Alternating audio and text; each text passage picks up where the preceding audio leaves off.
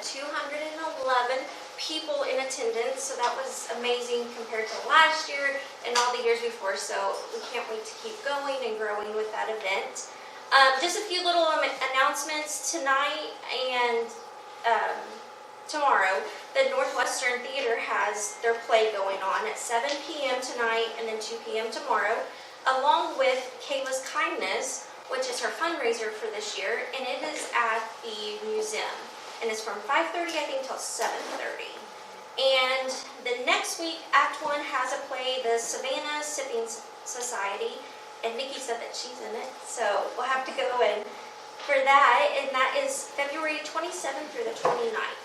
Does anybody else have any updates or events coming? Oh yes, our event today at noon. Yes. Today there's a Young Professionals event at noon at the Technology Center. We're going to have Ethan Sackett, sorry, I always say the wrong Ethan, come and present to us on the census and how important it is that we all complete and participate in the upcoming census count. And there's also an entrepreneurial workshop at the college. Are you going to talk about that, Kelsey? I can, definitely. Let me see, let me pull it up here. Because I went yesterday afternoon, it was amazing. On our Northwestern Enid campus, we're holding an entrepreneur seminar, and there's an entity within Enid that comes together with our faculty at Enid's campus to host the seminar. It's free to the public. Today we have a lunch and learn that's also free to the public. Great speakers that they have. I think they have 5 or 6 different sessions today. And I'll pull up the information, so if you're interested, grab me by the end of this and I'll share that info with you. Anybody else have anything? Thank you, JJ, for providing the wonderful breakfast for us today. And thank you guys so much for coming, and Tanner for coming too. So, you guys ready to begin? Go ahead. Tanner, did you want to say anything? I'll just say something really brief. My name's Tanner Roberts. I'm Senator Langford's field rep for Northwest Oklahoma. If there's anything that you all would like to discuss on the federal side of things, just find me after today's program. But it's good to see you all. You sure you don't want to talk about some other things? About impeachment or? Hey, I'll let you take care of that.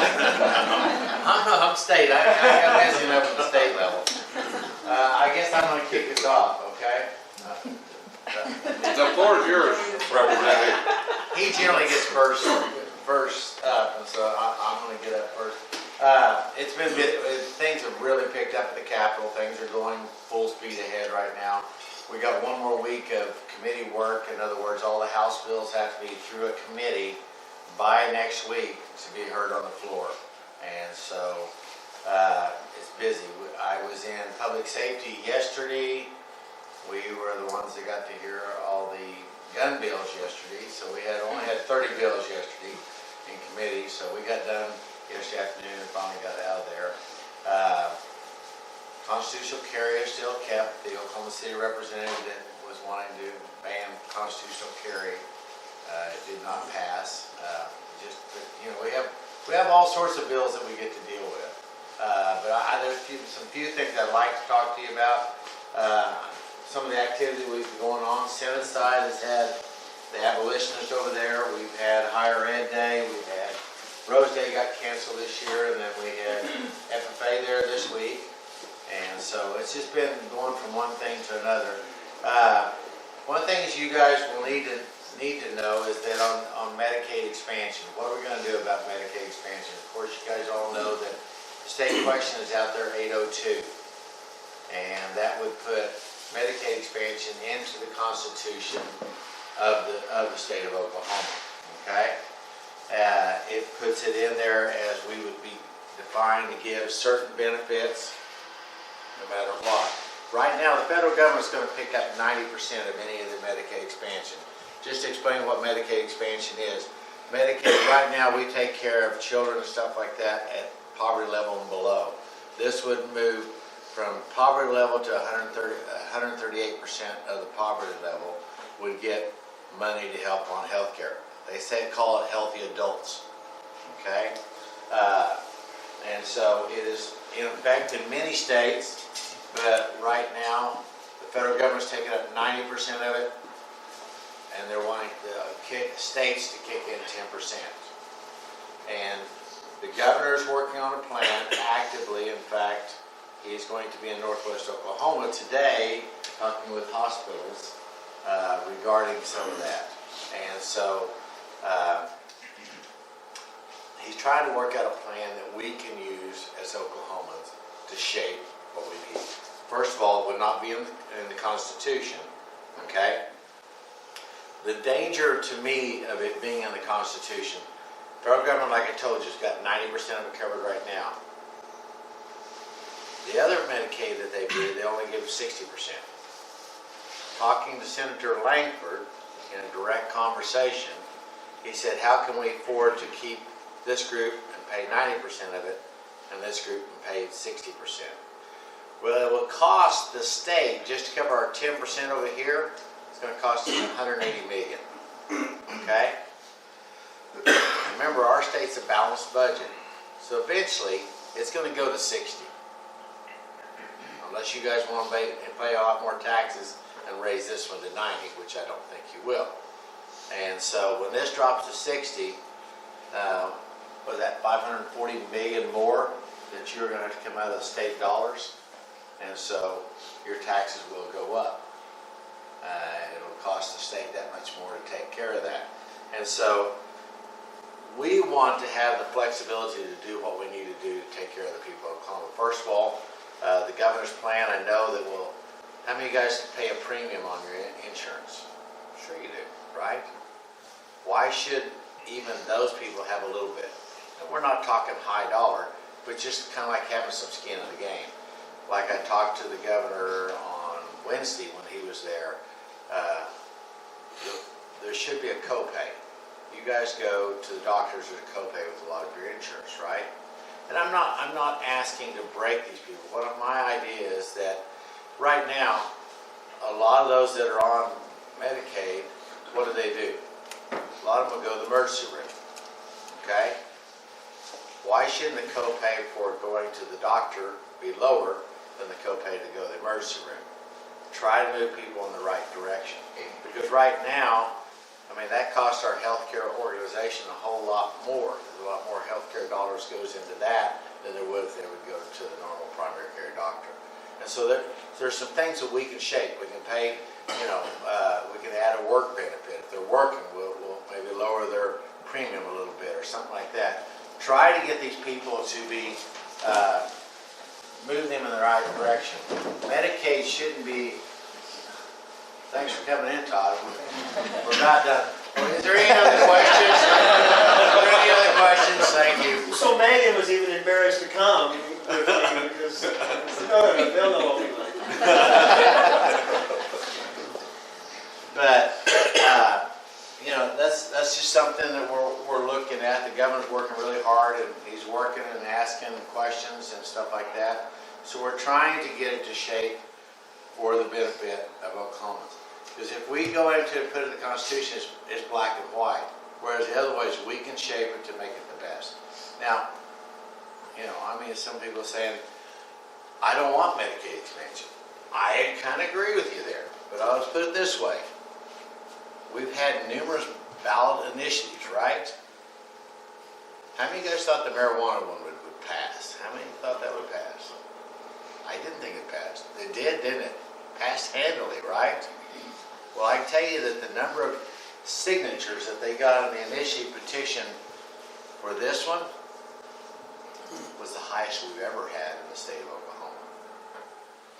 So there's a lot of desire for that to be passed. And every time it's come up in any other state in the United States, it has passed. So I'm just telling you that I'm being realistic and sharing with you realistic facts about what's happening on that. But Medicaid expansion is a big thing that we're going to be doing next week, even, I think, isn't it? That's the rumor. And we're going to be dealing with it next week. And so let's see, what else is going on?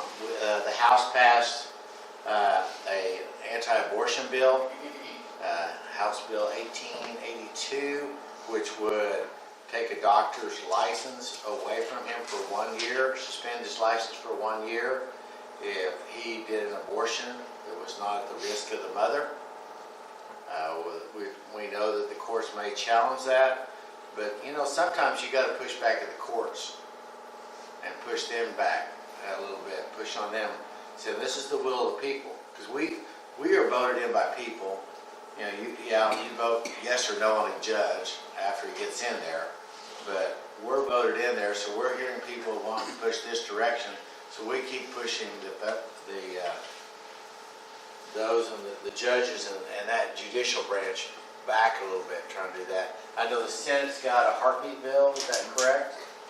And I like it. I think it's going to be good too. But we're doing that. I know that on the House side, we're also running an initiative. The Speaker's got a bill coming out that "In God We Trust" will be put on state deals as far as an idea of its historical value, showing "In God We Trust." So From the beginning of time. from the beginning of time. That's how historical it is. That's right. That's how long he's been there. So, bills that, personal bill here, Bill Johnson. If you guys don't know that Bill Johnson's population's down. Why? Population down. We passed that move to let marijuana become a misdemeanor, and so Bill Johnson doesn't have as many drug offenders in there. So I'm carrying a bill to expand the age. Right now it's 18 to 21, and we're going to expand that from 18 to 25 to fill those beds up. This correctional facility takes care of more people that we don't see back in prison again than any other prison in the state. So why not get more people here? So I'm carrying a bill to do that. I'm going to let the senator talk, and then I like that and see what you guys want us to talk about. So I'll let him talk, and then we'll answer some questions. Did you give me enough time? I think I did. Usually Carl goes on and on and on and on, doesn't ever let me talk. So that's good to know that there's empty beds at Bill Johnson's, because I also have a bill that will put the 1,000-foot drug-free zone back around our schools. We have a horrible drug problem in our schools right now, and we need to do something. Where this bill came from, last fall, the DA in Texas County had called me, and the school in Guyman, third graders went home hiring a kite. You can imagine there was some mad mamas. So the DA called me and said, can we get the 1,000-foot drug-free zone back in our schools? Because 780, and then whether they intended on it or it was unintended consequences, but it took out the 1,000-foot drug-free zones around our schools. So I've got that bill I'm running. I'm making it a felony if you have, and I exempt, let me clarify, I exempt marijuana. It is hard drugs. It is cocaine, meth, heroin, fentanyl. Those are the drugs that if you have those around school zones, it's a felony. Man, Carl did a good job. On this ballot initiative, and I've been preaching this everywhere I go, I think a lot of people don't understand that every initiative that you vote on the ballot, now it depends on how many signatures it gets, on how it's handled, but that goes into our Constitution. If it's in the Constitution, it's there, and it takes another ballot initiative to pull it off. So, the scary thing with expanded Medicaid and putting that in there in expansion, and we talked about this yesterday in the Senate, in 20 years from now, what if the feds decide to turn the other direction and just say, we're not going to do this anymore, and they cut all their funding for the Medicaid expansion group. It's scary right now. The Board of Equalization met Tuesday. Yes. First of the year, and I should have seen this coming. I know back at our caucus retreat we met in November, and we talked about we were going to have about $300 million carryover. And all my town halls, I talked about 300 million. About the first of the year, they said, well, we're gonna have about 200 million. Right now, we're at 85 million short. Now, that's 200 million carryover. We're looking at about 85 million short. Now, Carl, you'll appreciate this. We had a meeting and there were 4 or 5 freshman legislators in this meeting, and they were, oh my goodness, the sky is falling. We're $85 million short.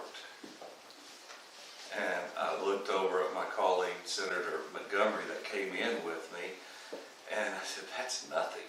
When we came in, we were $611 million short, and then $1.3 billion short. 85 million slows us up. We can handle it. I'm worried about next year. I think next year is going to be a tough budget year, unless something happens. We really need an uptick in this oil market. What I'd like to see, now I always swing for the fences, but I'd like to see compressed natural gas, and we start delivering it to Europe, and cut the Russians off so Europe's not so dependent on Russia natural gas, and they don't have a stranglehold over Europe. Now I'm stepping off into the Senator Langford's part of the situation. I'll back it up. I apologize. If he wasn't sitting there, I was going to go on and give my world views. But no, our oil market, we are an oil and gas state. We are so dependent on it with our economy. And it's not so much GPT, it's what the oil field does for our local businesses. And you know this as well as anyone. It affects your local businesses. You know, if the oil field's slow, those workers aren't going to Holder Drug getting their prescription. They're not going to the shoe store. They're not going down here to Walmart. They're not buying their pickups at the Ford place. Yes, Carl, it's in the Ford place. But that affects our economy. So we need an uptick. We need an uptick in this the oil market. It's our economy slowing down. And what we're doing at the Capitol, we're playing as a flat budget. That 85 million that we're short, we can absorb it. We've got one great thing that we did last year. We saved $1 billion. We have $1 billion in our savings account for these tough times. So the 85 million that we're short, we're going to be able to handle, and it's just we're not even going to see the speed bump. But we've got to, what we do this year at the Capitol, we've got to be ready for next year, because I think next year is going to be a little rougher. I'm proud of my House members in killing the anti-constitutional carry bill yesterday. I had a bill in public safety in the Senate, and the chairman would not hear it. He says, I'm not hearing any gun bills in my committee. Well, my bill was a tag onto the constitutional carry. More of I'm just a country boy, and I kind of like to carry my rifle in my pickup. And this would allow you to carry your rifle and your pickup loaded, just like a pistol. And he wouldn't hear the bill. So I'm still putting pressure on him. It's got to be heard Monday. I hope he sees the light today and gets it on the agenda, but I don't know. Some other things, I ran a coyote bill where you could shoot coyotes at night. Coyotes are nocturnal. That's when they eat the baby calves. That's when they chew on the mamas having the baby calves. I know this because I've had to deal with it. I am not going to hear that bill. I struck a deal with wildlife yesterday, and we're going to take care of that in rules. And the game wardens are going to give the ranchers a leeway on that. So I feel like that's a win. We've got enough. I mean, we filed 2,000 bills this year, is that right, about the right number? We're filing bills all the time. If we can settle a problem in this state without having to run legislation, I'm all for that. And I think Wildlife was very receptive to my concerns and why I ran the bill initially. They addressed it, and we don't need the legislation, so I pulled that, put the bill back. I had a bill that was brought to me by DCP. It was, in my mind, a way to keep them at the table and work on the protests. And it's not just DCP, it's the protests that we've been having every year, isn't that correct? Year after year after year, and that affects our schools. It affects our schools more than anything because it's ad valorem taxes, and what do you get, 80% of the ad valorem tax goes to the schools here in this county? Every county is different. It's about 80%. Yeah, it's about 80%. For you guys don't know, what he's saying is oil companies are protesting their ad valorem taxes that they were given by The assessors. By the assessors. And I'm a firm believer, this is America, you should be able to protest your taxes. That's levied on you by the government. That's our right of being Americans. But there is a point that it's year after year after year, and it's not just oil and gas. Wind is starting to protest their taxes. We're starting to see protests around. So this bill was brought to me.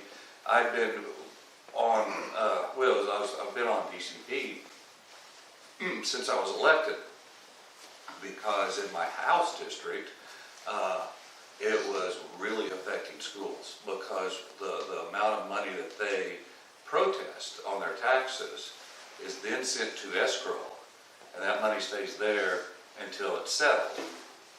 Well, I had some little schools that I actually lost a school because of a protest. It wasn't DCP, it was a feed yard. And the school couldn't make it through the protest period, they shut the doors. It's hard on our schools. So what this bill, what my intention, and we're still working, but it was to get everybody at the table, and let's see if we can't come to the middle and slow down these protests. Why are you protesting? Can we work together where you're not protesting so much? So my bill is not moving forward. There's a mirror bill on the House side that's identical. That's the bill we're using for negotiation. So I'm hoping to address that problem and maybe slow down the protests a little bit, or find some middle ground. With that, you stole my thunder. I was wanting to really talk about the census. I will anyway. But the census is very important. I mean, it is. And you've probably heard this before, but I'm talking about this at every chance I can get up and talk about it. I'm as guilty as anyone not filling out the census. I didn't fill it out in 2000. I didn't fill it out in 2010. At that time, I didn't feel like it was the government's business where I live, how many toilets I have in my house, what I'm doing. I'm like, no, it's none of your business. I'm not filling it out. After I got elected, and I saw how much federal dollars is tied to that census number, I decided, I had a funny little statement. I'm not making that. Let's just say I got more knowledgeable about the census process. It is very, very important that we fill this out. It's just almost every dime of federal dollars that comes into Oklahoma is tied to that census. In 2010, they estimate that only 75% of Oklahomans filled out that census. In Northwest Oklahoma, it was about 65%. What that tells me is we're leaving, this part of the state is leaving 35% of the federal dollars on the table. We're not getting that. We've got to fill out that census. And they want a census of everybody residing in the state of Oklahoma. They do not have to be a citizen, and they're not. And they're not they're not going to notify the immigration and haul them out of the United States. We're just trying to get a true count, a number of people that are residing in the state of Oklahoma.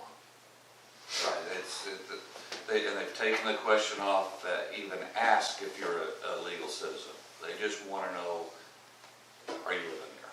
And that's it. ICE is not coming if you're illegal. ICE is not coming to pick you up. They just want to know, are you living here? Very important.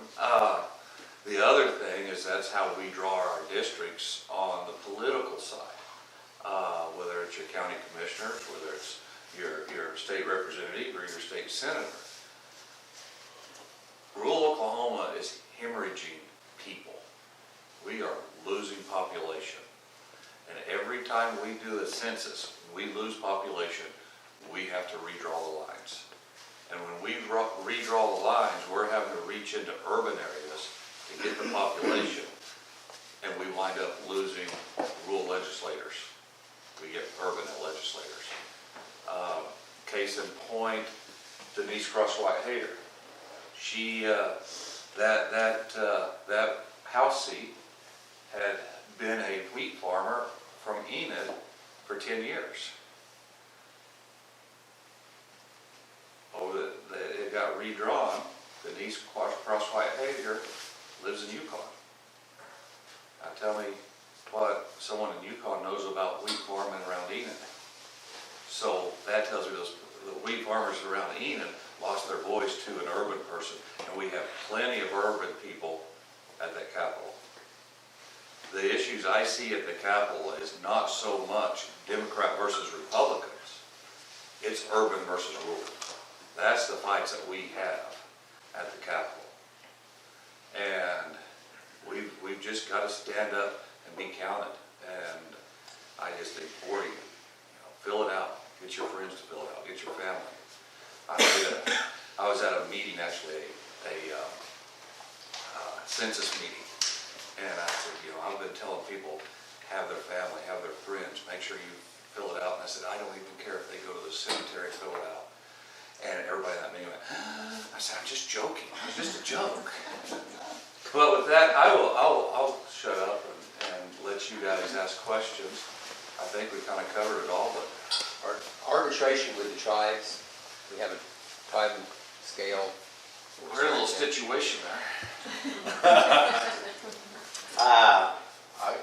I'll shoot. Go ahead. I'll shoot first, and then you can shoot back. I think the tribes need to pay more money. Okay, that's my stance as far as percentage wise compared to other states around the nation. They don't pay as much. The come back from gambling doesn't come as much. Me and the governor don't agree on how you handle things on that deal, but because when I've never seen two people go to court and then be very amiable after court decision. So the problem I see is, number one, he's hired two. First, the Attorney General said, no, Governor, you're wrong. So he went out and hired one outside counsel, and they didn't agree with the governor. So he's hired a third outside counsel. And so I think, from what even Speaker Hickman, who I visited with and was there longer than I was, said that the tribes have to agree or it just goes at the same rate. And so that's the thing I see, is unless you can get the tribes to agree to change it, it's going to stay at this rate. And so I would have handled it a little bit differently. Really? I agree that I agree that it should happen. I would have just done it a little differently. Now, that's the bad side. I don't have any good side. The thing, and Carl's right, the thing that irritates me, these other states are getting more money. The tribe that has the Hard Rock Casino in Tulsa has gone across, they're building one in Arkansas, they're paying Arkansas 20%. They're paying us 4 to 6%. That's a big difference. One thing we have to, now I'm going to talk on the side of the Indians now, one thing you have to realize, and we don't see it up here because we don't have any tribes, but that tribe takes care of a lot of local things. They build the roads, they give money to the schools, health care. They're taking care of a lot of the local things that you can argue the fact that they are paying more than 6%. But like I said, we don't have any tribes. We don't have any casinos. That 20% goes to the 1017 fund. That goes to our schools. That's the gambling money goes to 1017. Well, they may be taking care of their schools in southeast Oklahoma, but that's not how our education system works. Our schools out here are being shorted in 1017 money because they're paying 4% instead of, split the difference between 20 and 4 instead of 12%. Hope my math is right. That's the other issue with this. During this fight, the governor is not cashing any of those checks, because if he takes that check and cashes it, he's agreeing that it went ahead and it's going on, so he's putting that money in escrow. It's about $120 million. That's $120 million that's not going into our 1017 fund this year. So we're going to see a hit to our education system until this. Now we're going to cover it, but it's still going to tighten things up in an already tight year. So the sooner we get this settled, the better it's going to be for the state. You know, that's one of the factors to go off of yours there. That's one of the factors that we don't have the benefit of is tribal land, tribal money.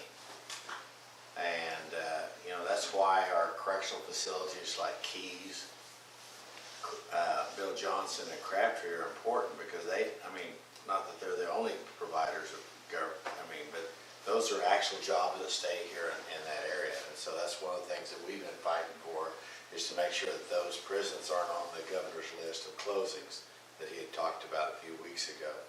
And because that's one of the things that's important to us up here. Oh, they don't have a formal plan.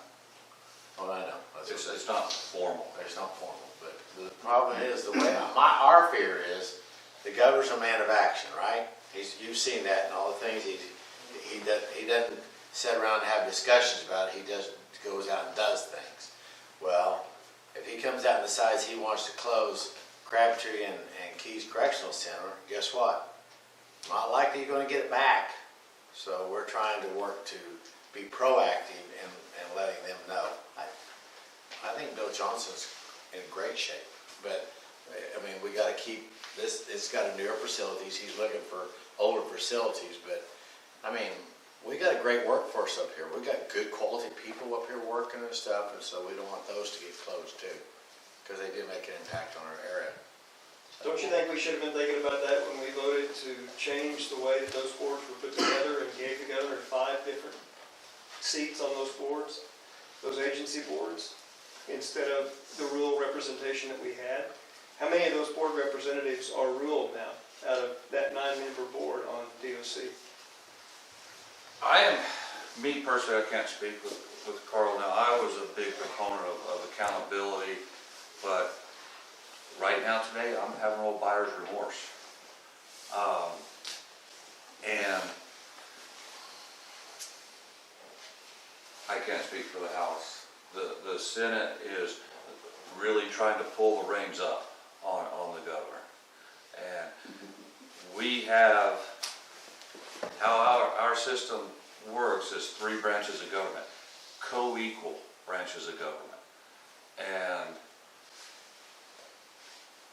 I haven't seen, I've seen a lot of, we're going this direction and you're coming along. Instead of working with the House of Representatives and the Senate on a path to move along, and it worries me, because the legislature and the governor's equal in power, and you got to work together. And I'm concerned, but it's to talk on behalf of the governor. He's not a politician. I don't know if he ever voted in an election. He doesn't understand politics and how it works, so he's down there figuring it out. And hopefully he'll get it figured out, but he's, and that's what we want. We didn't want a politician in there.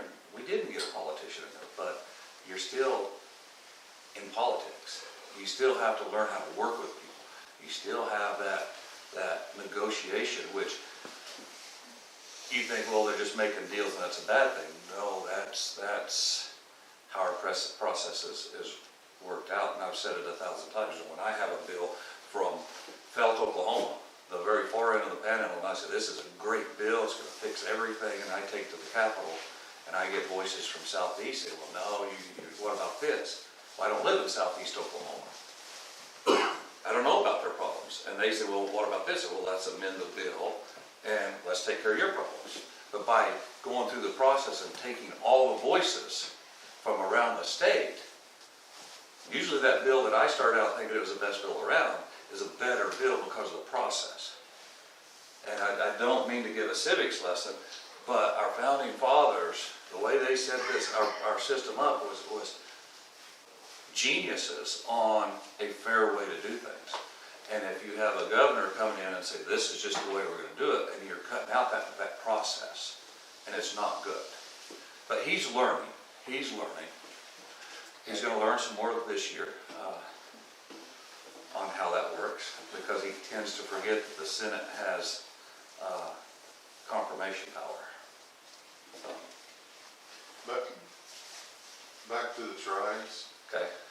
was the governor's notice to the tribes within the 6-month window, or was it outside of the 6-month window? I don't know. I don't know that. I don't know the answer to that. No. Um, There was some question about that, I know. I've heard that brought up, but I don't know whether it was or not. Medicare expansion, whether you're for or against Medicare expansion is off the record. I'm for rural healthcare and less controlled by the insurance companies and more controlled by the people is what we're doing and how we're handling it. And I think if we were worried about the federal government cutting our funds from Medicaid expansion because we're accepting it or what they're going to do, we would have never allowed medical marijuana to become legal, right? It's still a federally illegal drug, and it is now, we have voted to allow it. So we're already totally opposed to federal regulations, so I don't think we should worry about what the federal government's going to do in regards to Medicare expansion. So you're saying don't expand?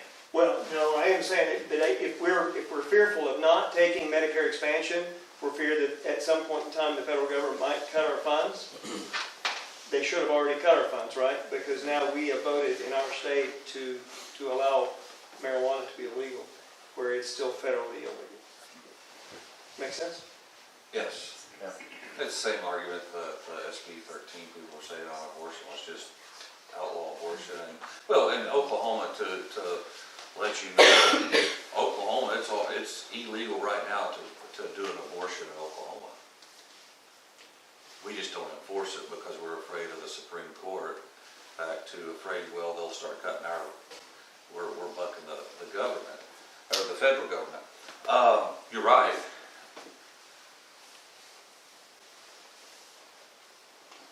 It's just when are they going to pull that stake out and whack us? It's all up to them. On a lighter note, I just want your opinion of the new signage welcoming people to Oklahoma, the state. Have you not seen Facebook? It's not so light. Well, I know it's been a real I just was curious about what your opinion was. Carl? Oh boy, I get through it like this. I mean, I don't know. How much of an impact is it gonna make? I don't know. Was it worth $260,000? I don't know. I mean, I appreciate his initiative to try to do something new, moving forward. Whether you like the logo or not, I'm fine with the logo, but I mean, I don't know that we need to spend that much money. So it's a wishy-washy answer. But I mean, I don't like it, but anytime you change something that dramatically, you're gonna have people, well, I don't like say, I like it, you're gonna have that. And while I brought up Facebook, they put 2 signs in Cimarron County, one coming in from New Mexico, one coming in from Colorado, and somebody made the comment on there, goes, well, I figured Murdoch put this ribeye steak on it. I'm like, damn, I wished I'd have done it. I did think it was a lot. Yeah. So, Okay, the governor signed constitutional carry, which I wasn't in favor of. But now we have sanctuary counties. I mean, how far do we need to go? That's a good question. That's So- a county government, so I don't know about that. Yeah, and And Major County is one of the sanctuary counties I've ever been in. Sorry, this sanctuary counties, I got my news off the news like you guys did, watching it on TV, so I don't have any more insight on that one than you do, so. Well, the word sanctuary is a dirty word today. Yeah. Sanctuary cities, Yeah. sanctuary. Yeah. Why would we bring it up? Oh, well, thank you. Don't lie. it's I think what's going on around the country with, in Virginia and New Mexico, if you can believe it, New Mexico's gone off the rails in my book, and you've had some sheriffs, their legislator, their governors wanting to run some egregious gun bills, and the sheriffs in New Mexico started this too. For Oklahoma, they're safe, but I think the sheriffs wanna Make a statement. make a statement. Yeah, that's basically what they're Is doing. it an election year? That's exactly what I was fixing to say. And I told somebody, I was getting emails on some legislation that was filed. It was just crazy stuff. And I said, you gotta realize, it's an election year. And you see that, you see people file these bills, and they may not go anywhere, but they file those bills for their district. It's like Lowe. Jason, that's exactly. Lowe filed that bill to do with constitutional carry. He filed that he knew it wasn't going anywhere, but he can go back to his district in an election year who is against that and say, look, this is what I'm doing. And it's an election year, and I think the sheriff's can say, look, I'm gonna stand up for your rights to the Second Amendment.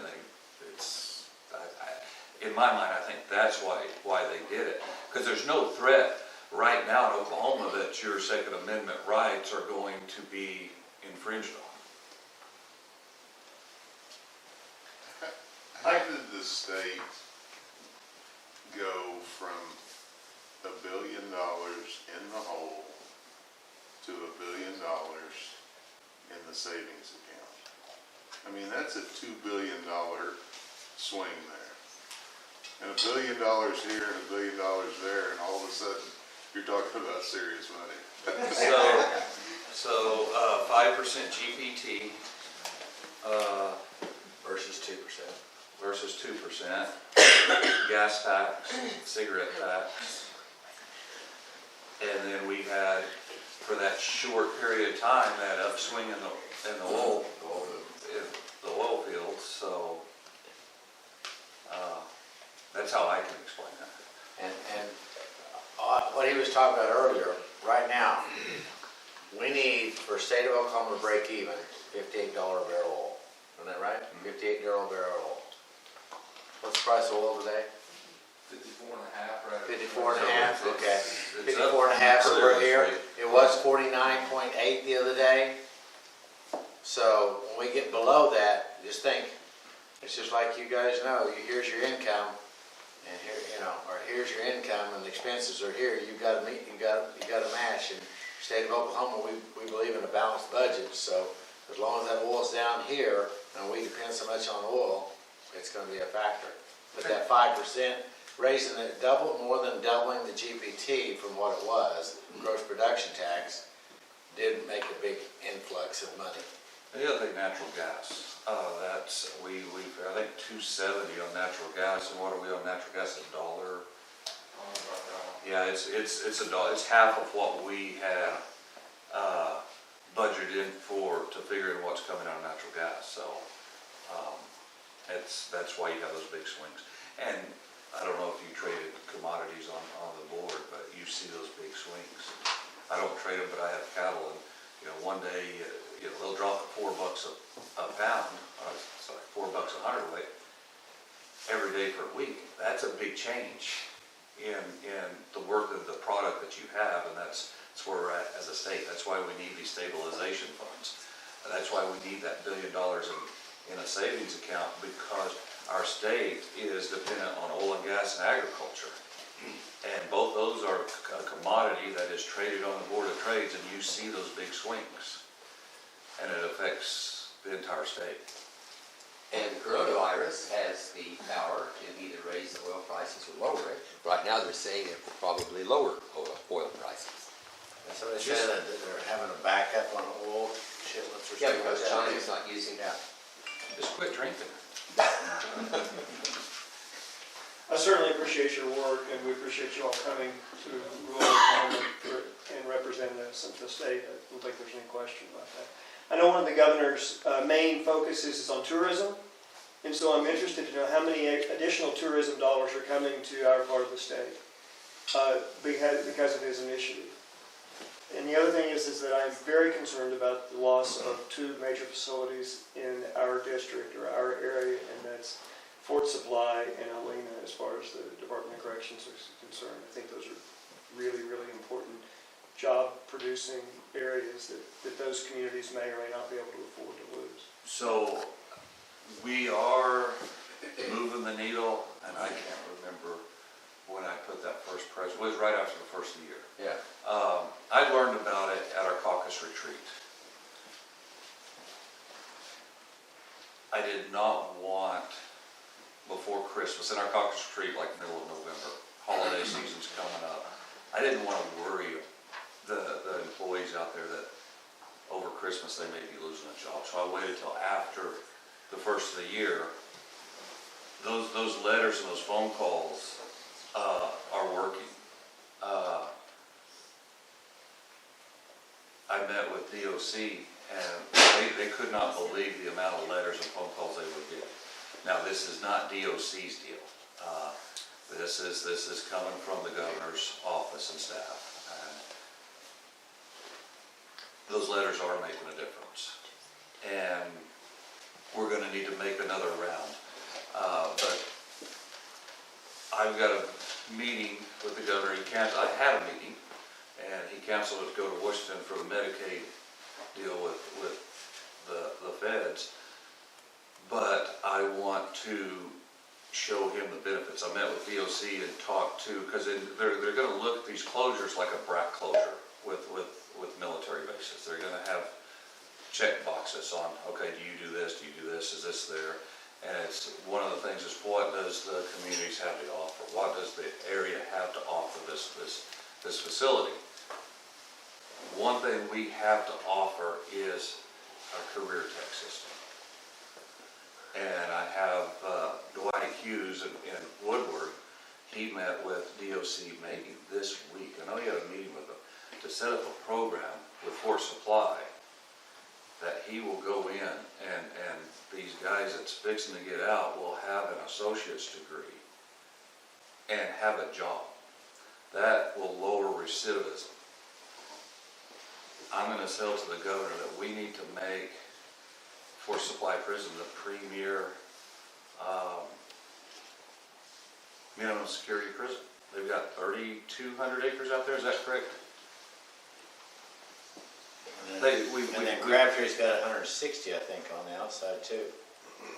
The biggest difficulty is that those facilities have been shoved in the back corner, and we've kicked their maintenance and their programs down the hill, and it's going to take millions and millions of dollars. And there was, in fact, a bond issue voted before this governor took effect that would take care of all those things. But those monies have been spent other places. They have. Instead of being spent on those facilities. I found out during this fight from the warden out there, was it $100 million? The bond. Fort Supply's They got zero. They got zero money out of that. He needs new roofs. There's a lot of maintenance, and he didn't get any money out of that bond money to fix up that prison. even though it was the highest priority on the list when the bond was issued. That scares me. That means they were being looked at a long time ago. 5 votes to 4 votes. 5 people on that board to the 4 that had the 2 that the House and 2 that the Senate. That's where it came from. The 5 governor appointments. Exactly. voted against it. I would imagine. Yeah. I mean, Todd's got a good point. You guys gotta know, he's got more background from the Department of Corrections and stuff like that. But, what I was upset about the governor's appointees, and one of the things we lost our regional people. We don't, right now, you don't have to be from Northwest Oklahoma to be on the board. But prior to that, they had to have one from each one of the regions, right? Right. And now they don't. And that's not the only board that was affected. No, there was 5 of them. Right. That were And they affected. all lost regional representation. Yeah, and I know that the governor wants to take over the education, what's her title? Superintendent. Superintendent of Education. He wants to do the superintendent of education. Well, right now, who determines the superintendent of education? The people, right? So I don't know why I want to take it away from the people and give it to somebody else. No offense, no, I don't want to go whether you're a Democrat or Republican, but right now is if you want things to be like they are, which is more likely to change over from Republican to Democrat? The Senate, the House, or the governors? Which one could change the fastest? The governor. Just takes one person, you flip it. One election. One election, you flip it. That means that all of a sudden these 5 agencies, he's going to take out the ones that are there and they're going to put in the ones that he wants to direct you. And so that's part of that difficulty with that. You say, well, the agencies don't have accountability because they don't have anybody to answer it to. And so. Well, that's my idea, and why I like that plan. I thought we needed more accountability, but you can't get any more accountability than putting your name on a ballot and asking the approval of the people of Oklahoma to keep you in the position. There's no more accountability than that. But I think it's just more. to give you some more insight. I'm not going to make that comment because it wasn't going to be nice, and I like our governor. No, I mean, he's doing some good things. He is. Don't take that bad, that we're all against the governor. Because he is doing some things. He's moving some things. He wants the state to do well, right? Well, But I mean, we just disagree sometimes on philosophy. And what it is, it goes back to where he comes from. He was a CEO of a company. He's a businessman. He grew that company. He's successful, and he grew up because he was the CEO. And he said, "This is the direction I'm going, and let's go that direction with this company." And that's what he was used to. That's how he was successful. That's not how the Capitol works. And he would like it to work that way. But then all of a sudden, we don't have a democracy, we have a dictatorship. And it's the voices of the people, because you look at these statewide elections, ballot initiatives. Northwest Oklahoma, I can't think of the time that I've been elected down there on a ballot initiative, have been outvoted on every one of them. And that's Tulsa, Oklahoma City, and Lawton drives the show. And back to Todd's deal, is these regional representatives on these boards is important because all of a sudden you get people's buddies from Oklahoma City and Tulsa put on these boards, and we lose our voice. Well, tourism, right now, I mean, the new tourism director is wanting to move in a different direction. I'm not gonna argue about the park fees and all that, I mean, but I mean, we have park fees in Northwest Oklahoma more than probably any other part of the state. Alabaster Caverns, can you go through the cave free? No, you gotta pay a fee, right? Can you go run the dunes out here? No, you pay a fee, right? Also, Sand Hills makes as much money as one of the top parks as far as making money. But the idea is, if we want to build our parks and make them better, there probably needs to be some fee structure in place. I mean, every other state around us does it. Colorado, Texas, there's a fee structure. I remember that when I was a little kid, we went to a park in Texas and we had to pay a fee. I'm going, why is that? I remember that from when I was a little kid. That was a day or two ago. But the idea is that the fee structure, they're trying to be able to put some of that money back into the parks and help build them up. Now, right now, I think a lot of the Sandhill money, Little Sahara, is going out of that park. And so if they change this, it was more of a stay there. But they are expanding, by the way, just so you know, for Woods County, they are working on expanding Little Sahara. I think they're gonna gain a few more acres, and it'll gain like 50 to 100 parking spots or RV spots and stuff like that. So there is some work in that area. So Well, they need that. yeah, Their event they had this year, 50,000 people. yeah, It's huge, Yeah. huge. It's a big draw. And so, you know, there are some things that we're moving. But back to the tourism deal, there was bringing up a tourism. They were talking about getting rid of red carpet country, the countries. You know, red carpet country, green country, frontier country. I think frontier country's gone defunct. And so some of them, they aren't utilizing that to the problem. They say, well, we need to get rid of that and do that. We'll say, well, let's just do it by congressional districts. Have you guys ever thought about congressional districts? You guys, Kinderhorn's big in the big right now, right? That's a congressional district. Frank Lucas, congressional district. Kinderhorn's is what? Oklahoma City, metro area. Frank Lucas's goes all the Panhandle, northwest Oklahoma, southwest Oklahoma, south Oklahoma. North of Tulsa. Yes, all the way around to north of Tulsa. So we're going to divide it up, one with Kinderhorn's equally with Frank Lucas? I don't think so.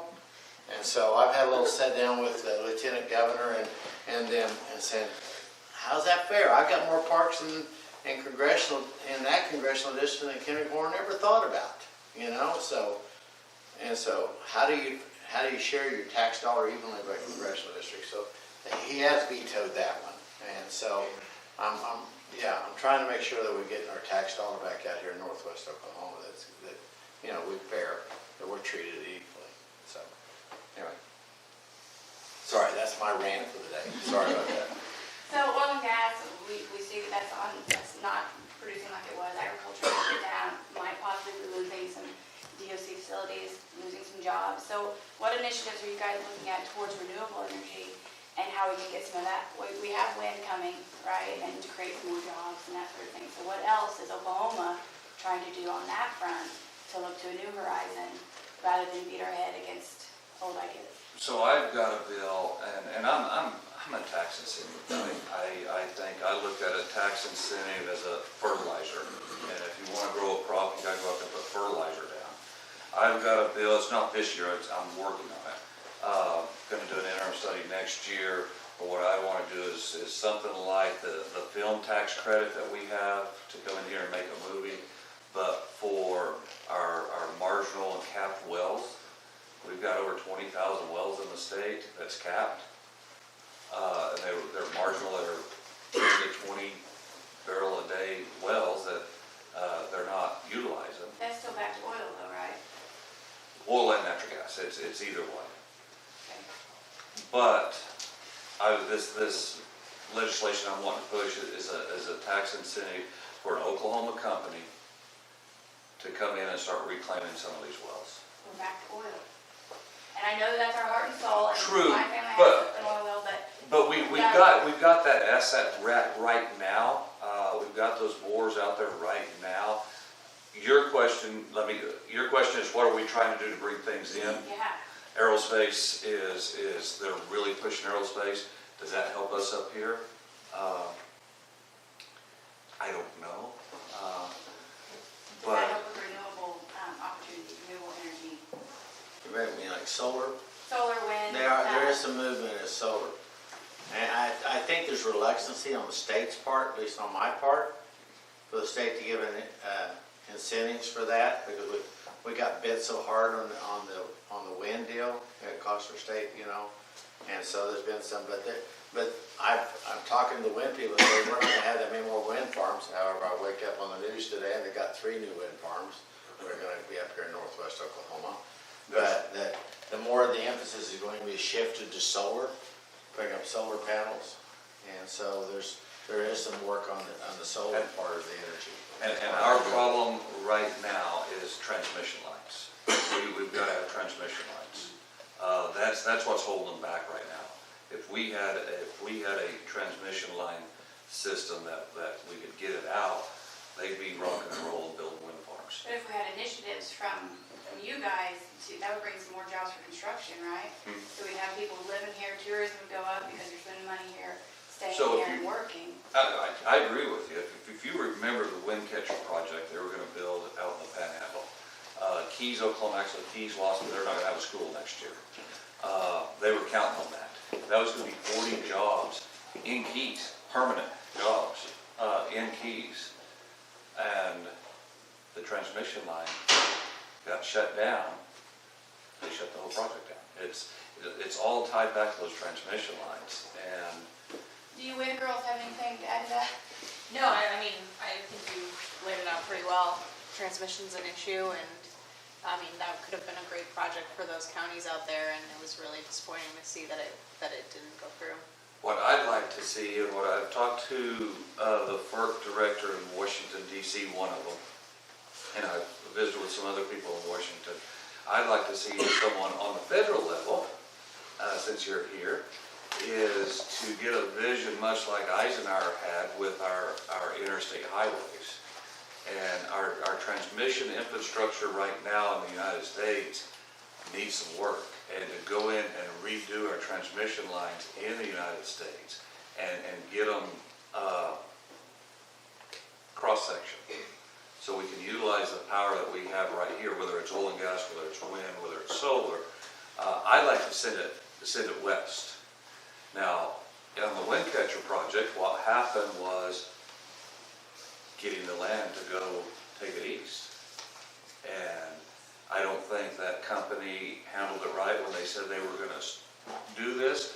They came into my office, and one thing, when you go out there for your transmission lines, for your route, be respectful to the landowners. That's what the problem they had. And they went out there and tried to bull their way through. They went out there and lowballed them on the price, and then said, if you don't do it, we're gonna eminent domain you. And it made them mad, and they did that clear across that route. And then you had from Keys, Oklahoma to the Arkansas line, every landowner calling his representative, his senator, upset because they're taking my land. And it caused a lot of problems. Calling the corporation commissioner, the town he was from, that company actually rerouted around that town, around that area, because they called the corporation commissioner. But treat people with respect. I'd like to send it west, and I'll tell you why. There's only really one landowner going from here to California that you have to deal with. And that's the federal government, because it's all desert. I'd like to send it west. California is having rolling brownouts all the time. Isn't there some deal about getting across the Continental Divide or something like that? Just go down and hit I-40 and take the lines right down. Right between the highways. I mean, everybody, Exactly, transmission, They've already got the easements. building transmission's easy. Everybody says that'd be fine, as long as it's not on my land. Yeah. You know, that's what they run into, isn't it? Yeah, and I mean, the three projects that you mentioned earlier, Yeah, yeah. that the difference between Windcatcher and what those three projects will look like is it's all private easements with landowners who And are. they're using existing transmission lines too, And right? existing lines Yeah, that'll take and it. so, you know, that's one of the deals. I mean, that's one of the biggest things we caught 2 years ago was with this clean line. Clean Line has the route. Clean line, It's the a wind wind catcher. catcher. We were catching grief from everybody, you know, because of the way they treat, like you said, if they would treat them nicely, they're much likely, but everybody wants it on their property, not mine. Well, the thing is, everybody that I know wants a wind turbine on their property. Well, why do they want a wind turbine on their property? They get that royalty check every year. And over the life of that windmill, it averages about $16,000 per windmill per year. That's a pretty good check. Well, if we can set up on the transmission side that property owner doesn't lose that property, but he gets a check every year for the amount of electricity that's pushed across his property, he would be a little more palatable to say, hey, I want one of those on me. I don't, and you know, the arguments I've heard is how ugly they are and how horrible they are. Well, if you're getting a check off of it every year, it's not quite that ugly. How much will that drive the energy cost up though? Well, that's one, this is just an idea, that's a little spark. We gotta figure out how we make that work, and you figure out what you're paying them for the easement, and then just figure out a way to make that work economically. Troy? Because you were talking about transmission lines that, going back several years, decades, whatever, we're also the only corner of the state that does not have a turnpike authority. Our corner of the state is left out of the turnpike system. If we can get a turnpike from Oklahoma City to Felton, Oklahoma, I would love it. Would you? Oh, yeah. And every community in this corridor that it was built would benefit from So, every. I get a little, Carl can attest to this, I get a little riled up at the Capitol at times because the way they treat us. I was visiting with ODOT and how bad our roads are. And I said, if you don't want to take care of them, we'll just put a toll booth up and we'll collect it and we'll fix our own roads. It irritates me that we are left out. I am up to here with the jokes. Down there when I first got elected, I good heart, I go along with the jokes, okay, yeah. And during when we was $1.3 billion hole in the budget, the jokes of we just need to sell the Panhandle, there's nobody out there anyway, we use that to pay our debt, ha ha, okay. At caucus retreat this year, somebody made a joke about it, and I just got mad.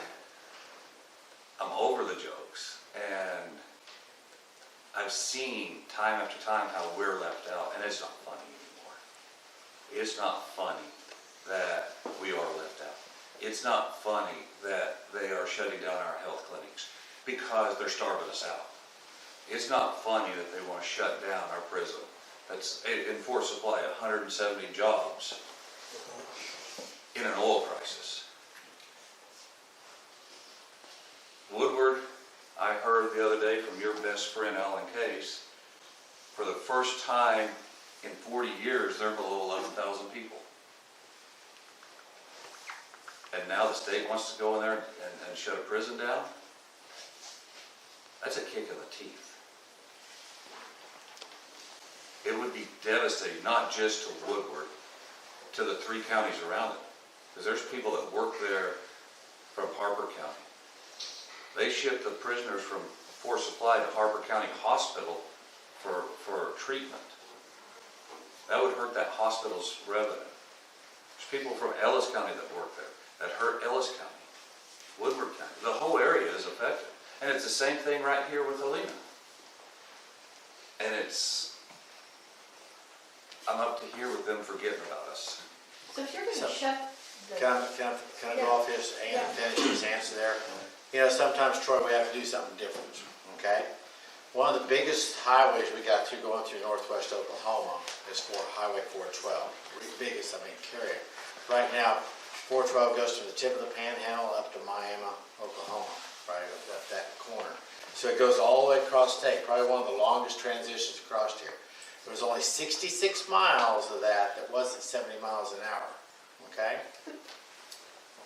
I've got that narrowed down to 16. And I'm working with that man right there to see if Langford can get that 16 miles. I'm working with the Department of Transportation to get that other 16 miles raised to 70 miles an hour. Trying to make that, focus that as far as a major east-west thoroughfare through the northern part of the state. You know, try to get some more traffic up in our area. So help in that, and that, I know that doesn't help Alva per se, but it does help northwest Oklahoma to get some tourism. Well, one of the pushes down there is to consolidate the Turnpike Authority with ODOT. What that looks like when they do that, I don't know what it looks like, but that's I think there is legislation out there to consolidate those two. But what it looks like, I don't know, as far as the final. Sorry about that. End goal.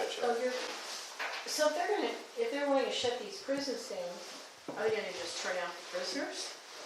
I mean, all the other prisons are full, so who's got a building that they're wanting to put in So the prisoners? This is the irritating part. We've got a private prison sitting in Latanga that's empty right now.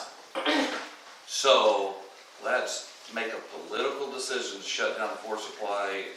And do you know for sure if Alina's there or not? I haven't ever heard about it. I mean, Force Supply's heavier on the list. Crabtree is kind of on the list, but I'm just making sure that we don't. Get out in front of it. We don't want to miss any of them. But a political decision. You look back and say, man, I wish I'd have done So that. somebody else is trying to fill their building. I don't know that for certain, and I'm not going to assume because I get in trouble for assuming. But just the thought of we're making a political decision to shut down a prison that will devastate an area so much so we can put it into a private prison, we already know private prisons cost more than our state prisons. So why? Afterwards, I'll talk to you. I have my theories, and I don't have my theories on. You had a question back there, I'm sorry. Oh, I was just gonna compliment you on your comments today. What? Compliment you on your comments today. Oh, okay. I think. Go ahead. We like to hear that. Once in a while, we like to hear something. No, Did you have a question on the back? No? No. Oh, okay. And we're running close on time, and I was gonna ask you about the cost of living adjustment for retirees, but that's. I think it will go through this year. Like we talked earlier, last year the Senate was waiting on the actuary. We got the actuary back. We're not happy with the way it was done. Not so much the data in it as, like I told you earlier, what the AB chair told me when he looked at the actuary, he goes, they could have done it on a cocktail napkin and done just as good a job. We're disappointed in the work that company did on the actuary. It's going to be up to the Senate leadership if they want to say, okay, these numbers are good enough, we're going to run with it. If the AB chair and the pro tem decides we're going to go with it, I can tell you I will be voting for it. And that's where we're at. So it's going to be on their decisions on looking at that actuary and how. Is the bill still setting in your house? It's in the Senate. The bill's setting in the Senate, so. Okay, I will go with one. What about the matching funds for the state college systems that's in the backlog? So I know that OSU and OU is up there in the top two, but I mean, they both have billion-dollar endowments. What about Northwestern that doesn't have that type of endowment program? That matters a lot more to us. The matching chairs. Yes. Matching funds for the endowment, the chair endowments. I know that was a big emphasis when they came up for Higher Ed Day, and that's one of the things we'll try to do. But like I said, we work on a balanced budget, so we're trying to get there. Yes, I will say that is not forgotten, and it is being noticed. So yes, because I mean, what that does is the public dollars match up. Well, we've got the private dollars, now we need the public dollars. And Northwestern number 3 on the list of endowed chairs in the state of Oklahoma, OU, OSU, and then Northwestern. So we need to make sure that we're matching up so that we can try to take care of that. Does that answer your question, Jerry? Yeah. Okay. Yes, ma'am. How's the cemetery bill? Is it dead? No. Okay. It's alive! It is going to conference. Okay. And they're waiting on Senate conferees, waiting on the senators again, to get their conferees so we can have conference so we can bring it back to the floor of the House and then go to the floor of the Senate. I still think it'll pass. So I'm still working on it, yes. Help Peterson with that, would you?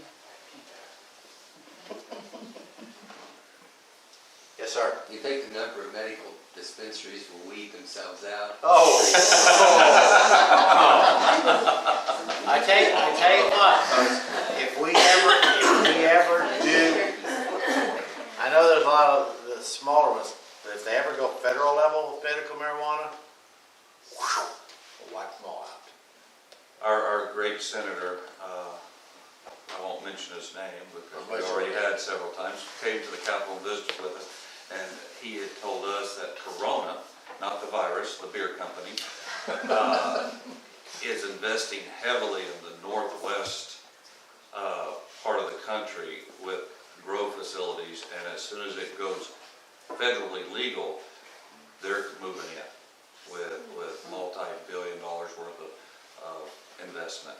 And I think that will wipe out the little guy. And I don't mean that badly, but I'm just saying, I mean, you go federal, it's gonna be Walmarts and stuff like that, you know, like you said, Corona beer and all those, they'll be pushing it, so.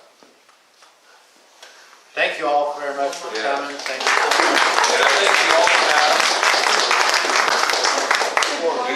you guys have Carl's and mine's information. If you do have any other questions, please feel free to call us.